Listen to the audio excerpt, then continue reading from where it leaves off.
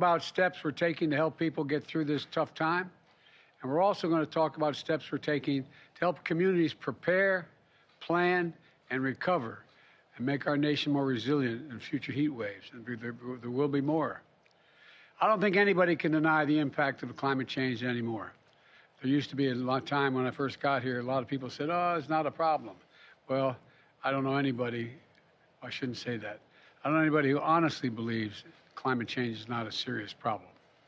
Just take a look at the historic floods in Vermont and California earlier this year. Droughts and hurricanes that are growing more frequent and intense. Wildfires spreading a smoky haze for thousands of miles, worsening air quality. The record temperatures, and I mean record, are now affecting more than 100 million Americans. Puerto Rico reached a 125-degree heat index last month. San Antonio hit an all-time heat index high of 117 last month. Phoenix has been over 110 degrees for 27 straight days. And with El Nino and the short-term warming of the ocean that exacerbates the effects of climate change, making forecasts even hotter in the coming months. Ocean temperatures near Miami are like stepping in a hot tub. They just topped 100 degrees. 100 degrees. And they're hitting record highs around the world. And that's more like, as I said, jumping in a hot tub than jumping in an ocean to ride a wave. Most people don't realize for years heat has been, I have to admit, I didn't know it either. I thought it, I knew it was tough, but the number one weather-related killer is heat. The number one weather-related killer is heat. 600 people die annually from its effects, more than from floods, hurricanes, and tornadoes in America combined. And even those places that are used to extreme heat have never seen it as hot as it is now for as long as it's been. Even those who deny that we're in the midst of a climate crisis can't deny the impact of extreme heat is having on Americans. Americans like an elderly woman in Phoenix who fell out of her wheelchair and after 5 minutes on the ground had third-degree burns. Third-degree burns. Or the firefighter who's already has lug over 45 pounds of gear through smoke and flame, which is incredibly hot. The job is even harder and more dangerous to do in record heat. For the farm workers who have to harvest crops in the dead of night to avoid the high temperatures, or farmers who risk losing everything they've planted for the year, or the construction workers who literally risk their lives working all day in blazing heat, and in some places don't even have the right to take a water break. That's outrageous. That is outrageous. Anybody who says that, does that. Folks, we really want to pretend these things are normal. Experts say extreme heat is already costing America $100 billion a year and hits our most vulnerable the hardest, seniors, people experiencing homelessness who have nowhere to turn, disadvantaged communities that are the least able to recover from climate disasters. And it's threatening farms, fisheries, forests that so many families depend on to make a living. But none of this is inevitable. From day one of my administration, we've taken unprecedented action to combat the climate crisis that's causing this. We're using a law I got passed the first day in office, first month in office, called the American Rescue Plan, to help states and cities promote energy efficiency, reduce flooding, and open cooling centers. We're delivering over $20 billion from the bipartisan infrastructure law to upgrade the electric grid to withstand stronger storms and heat waves so we don't cause more fires. Look, last year I signed the Inflation Reduction Act, the most significant climate investment ever anywhere in the world. Meanwhile, FEMA has been on the ground responding to those unprecedented weather emergencies in real time. And I've traveled an awful lot in that helicopter with you all across the country. And to see the devastation that occurs, the kind of wildfires and drought and the like. We've launched a place you can go, heat.gov. Go online, heat.gov, to share life-saving information that you may need to know about. Last year, my Department of Labor created the first ever national program to protect workers from heat stress. Since then, we've conducted 2,600 heat-related inspections at workplaces nationwide to protect the health and safety of the workers on the job, so they're being taken care of. Today, I'm announcing additional steps to help states and cities deal with the consequences of extreme heat. First, I've asked Acting Labor Secretary Julie Su to issue a heat hazard alert. It clarifies that workers have federal heat-related protections. We should be protecting workers from hazardous conditions, and we will. And those states where they do not, I'm going to be calling them out, where they refuse to protect these workers in this awful heat. Second, the Acting Secretary of Labor will work with her team to intensify enforcement, increasing inspections in high-risk industries like construction and agriculture. This work builds on the national standards the Labor Department is already developing for workforce and workplace heat safety rules. Meanwhile, the U.S. Forest Service will award more than $1 billion in grants to help cities and towns plant trees that in the long term will help repel the heat and expand access to green spaces so families have a place to go to cool off and to bring down the temperature in cities. The Department of Housing and Urban Development is providing billions to communities to make buildings more efficient and to make them more heat resistant, opening cooling centers for residential areas and in the cities that the communities can go to be safe. The Department of Interior is using infrastructure funding to expand water storage capacity in the western states to deal with the impacts of future droughts that are made all this extreme heat more consequential.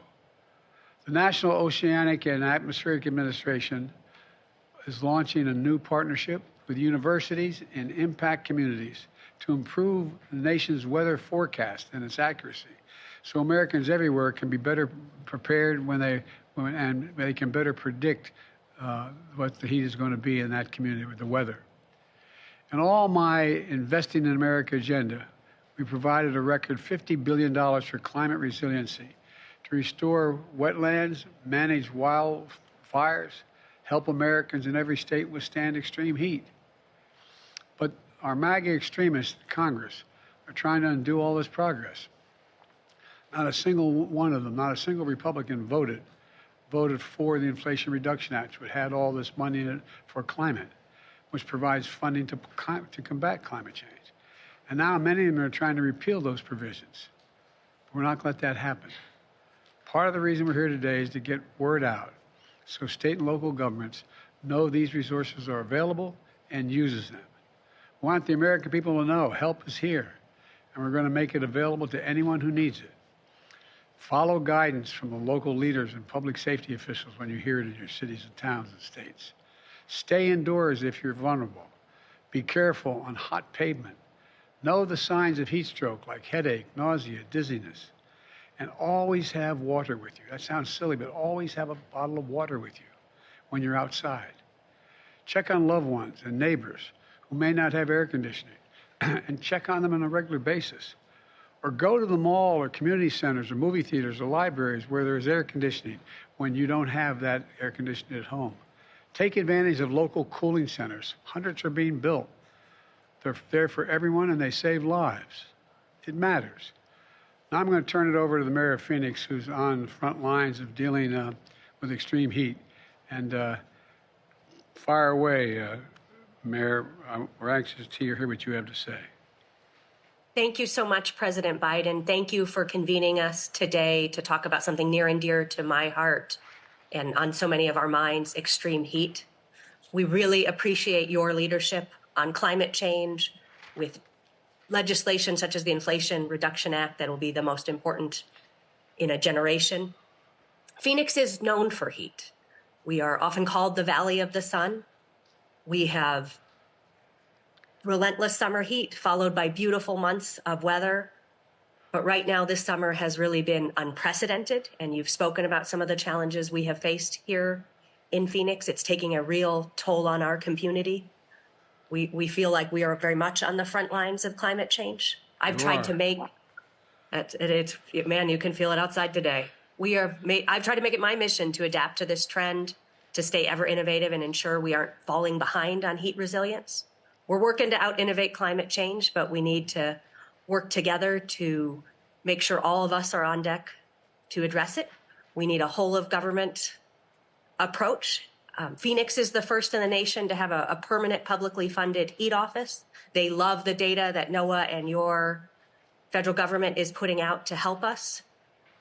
Our emergency personnel and heat-ready volunteers are working diligently to keep residents safe through targeted outreach on heat safety, park trail closures, and timely responses to help our most vulnerable.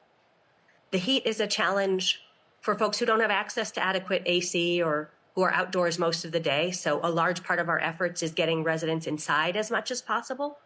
We do it in a variety of ways through cooling centers located across the county, mobile cooling units, respite centers, and encouraging hydration at one of our many water stations.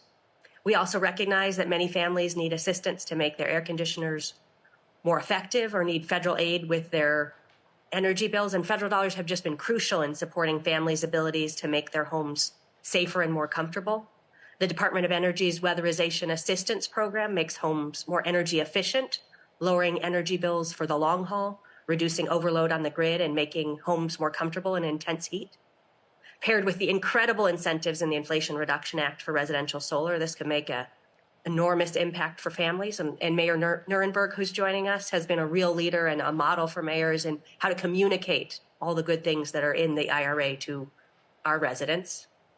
The HHS Low-Income Household Energy Assistance Program, LIHEAP, has been crucial for low-income families to help with energy bills.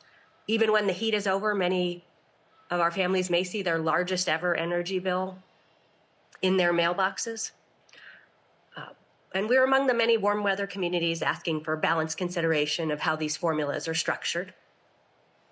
Expanding these solutions would have immediate impact for families.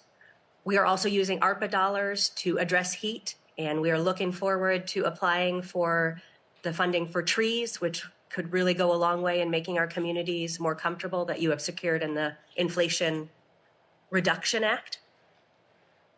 We deal with this heat on an annual basis, so we've been focused on preparedness from day one and really trying to prepare for what is, for us, a long-term emergency.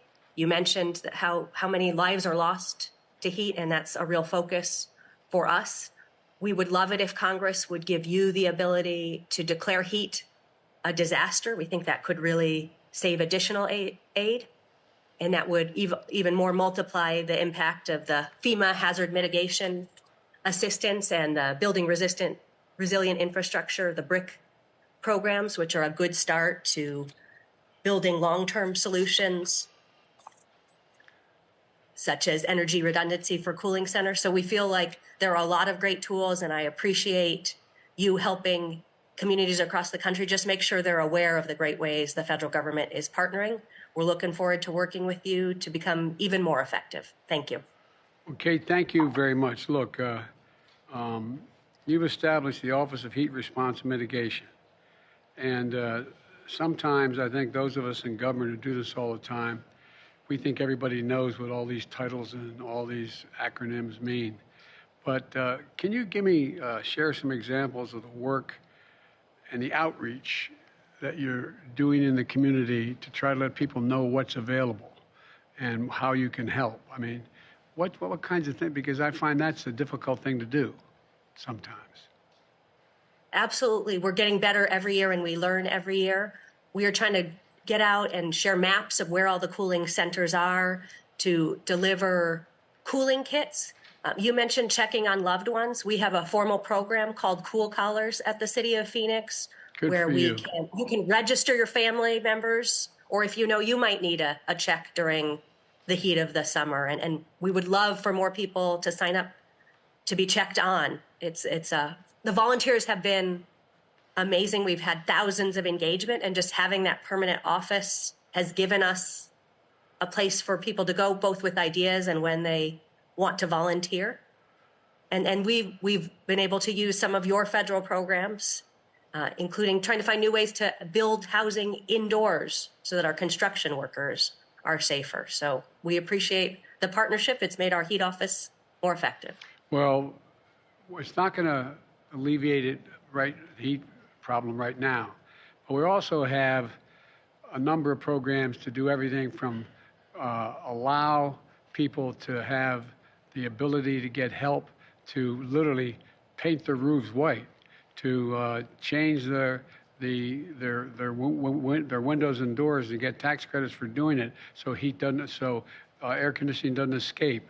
To be able, there's a whole bunch of programs that are out there that, as we get through the heat wave, as we get by this worst part, that we're able to invest in the communities to keep it from happening as badly next time it occurs. And so I'm looking forward to working with you, and I thank you for your leadership. Mr. Mayor, how you doing, man? Doing great, Mr. President. I hope the air conditioning is working. So far, so good, Mr. President. It's great to be here with you and your team and with Mayor Gallego. And I first want to start by thanking you, Mr. President, for the invitation today, and want to extend my sincerest gratitude for your administration for the wealth of the support that the San Antonio community has garnered through extensive and substantive investments in our housing stock, affordable housing stock, our workforce training efforts, as well as sustainable physical infrastructure. But today, we're here to talk about what has become a dangerous heat wave across large swaths of the southern part of our country, including here in Texas. To that end, San Antonio is certainly thankful for a president who's willing to tackle this urgent crisis in an equitable manner. The bipartisan infrastructure law and the Inflation Reduction Act's commitment to the Justice 40 climate initiative is also reflected on our local San Antonio Climate Ready plan, as 75% of San Antonio's population are communities of color, disproportionately impacted by decades of local inaction. But times are changing, thankfully. Sustainability and green energy are no longer four-letter words in the state of Texas. At least among most Texans. Well, I'm happy to say that here in San Antonio, we've taken leadership, and you have. In 2028, we will end the use of coal in San Antonio, which is nearly 40 years ahead of schedule. And in large part because of you, Mr. President, San Antonio will launch its first ever advanced rapid transit line, bona fide mass transit for the city of San Antonio, a service that will only include low or no emission vehicles. And so as San Antonio works towards greener development in transit, we're also doing our policy work. We changed our development code last year to require 240 volt level 2 chargers in all new single family homes. We're also providing incentives for those chargers in multifamily residences. And also having the nation's largest municipally owned utility, San Antonio has now become the 5th largest solar producer in the United States. And congratulations on that, by the way. Congratulations. Thank you very much. We're going to reach for number 1 in the country. We're number 1 in Texas, but we're not going to stop.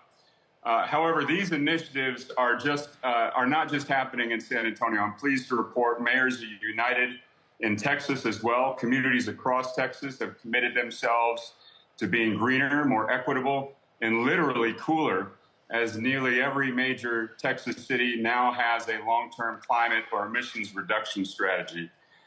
So working with our partners at the White House, with you and your team, I'm confident that the state best known for oil and gas production can help lead the way to a greener tomorrow. So thank you again to your entire team, Mr. President, for your efforts to help us realize a better tomorrow for us, for our children, and for our grandchildren. Well, Ron, thank you. And I'm not being solicitous when I say this. You know, most people don't realize that Texas is one of the states that has the most significant, its energy is most significantly supplied by wind and solar in Texas.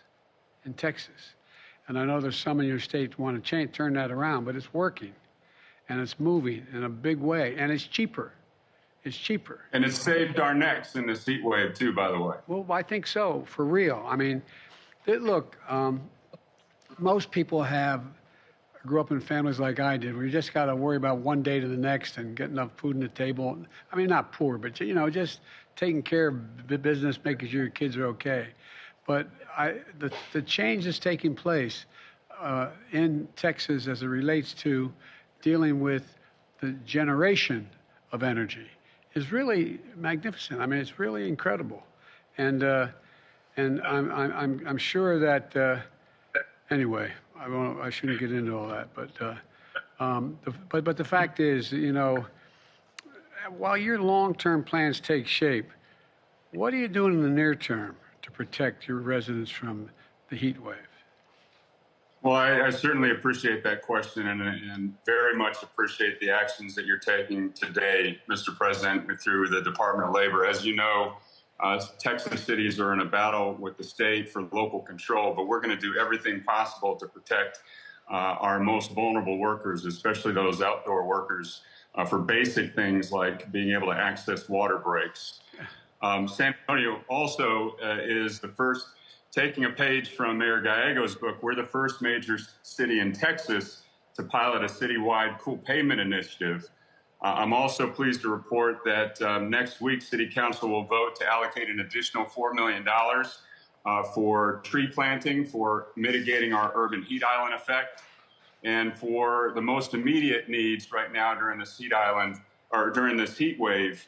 We have 80 cooling centers located all around the city, pools, splash pads, libraries, et cetera, and we're offering free transportation to any resident who needs to get located into one of those indoor cooling centers. And for our homeless population, we are conducting extensive outreach to make sure that we can get them into cool places and nobody's out there in the elements. Well, thank you. And look, don't hesitate to call us direct, for real. I mean, there's so much, no, I really mean it. There's so much out there that we can do. And we've funded an awful lot of this. For example, the idea that you can't have mandatory water breaks when you're working on a construction. Hell, when I played football, if you had a coach who during the summer practice didn't provide water, you know, on a regular basis, he got in trouble, got fired. I mean, what are we doing here? What's going on with some of this stuff? Both of you are totally different place. But people just need to know where to go and what to do. And we're going to provide a lot of help across the board. And I'm looking forward to working with both of you. For example, we should, in the international effort, we've got a commitment to, you know, plant 1 billion trees over the next several years worldwide. I mean, there's a reason why. Anyway, you guys get it. And but we got to get through this crisis in the near term, and we got to keep people safe. And I really appreciate, because look, I think talking to you both, people make judgments about whether you have a heart or not, whether you really are, whether it's just rote you're telling them, or you care. I mean this sincerely. You guys know this. Well, you both care, and it comes across. And so people are more inclined to say, okay, I'll take a chance on maybe going to that center, or maybe I'll take a chance on doing A, B, C, or D. People are reluctant. And what you're both doing substantively, what we're going to be able to help you do more substantively, but what you're doing and the way you're doing it, I really admire you for doing it. I really mean it. So thank you, thank you, thank you. Appreciate it. And I want to thank my team for the work they're doing, too, to combat extreme heat and other historic weather emergencies we're seeing all across the country. We are making progress, but as we heard today, we have a lot more work to do. I look forward to working with not just these two wonderful mayors, but officials all across on the front lines, and local officials. Local officials are where the rubber meets the road, no pun intended. It really matters. We're committed to getting you what you need to keep your community safe, because no one knows what you need more for your communities than you guys. And so thank you, thank you, thank you. And I mean it. Don't hesitate to contact any department standing behind me. We have some of the funds. We're working. We're going to get more. And I think we can make a difference. So thank you both. And as my mother would say, God love you. Thanks. See you all.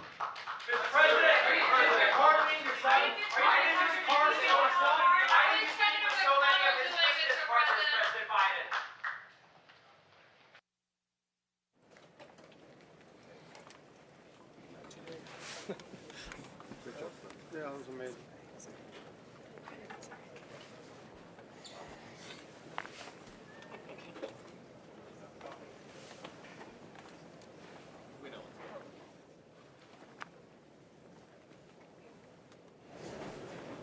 Anything.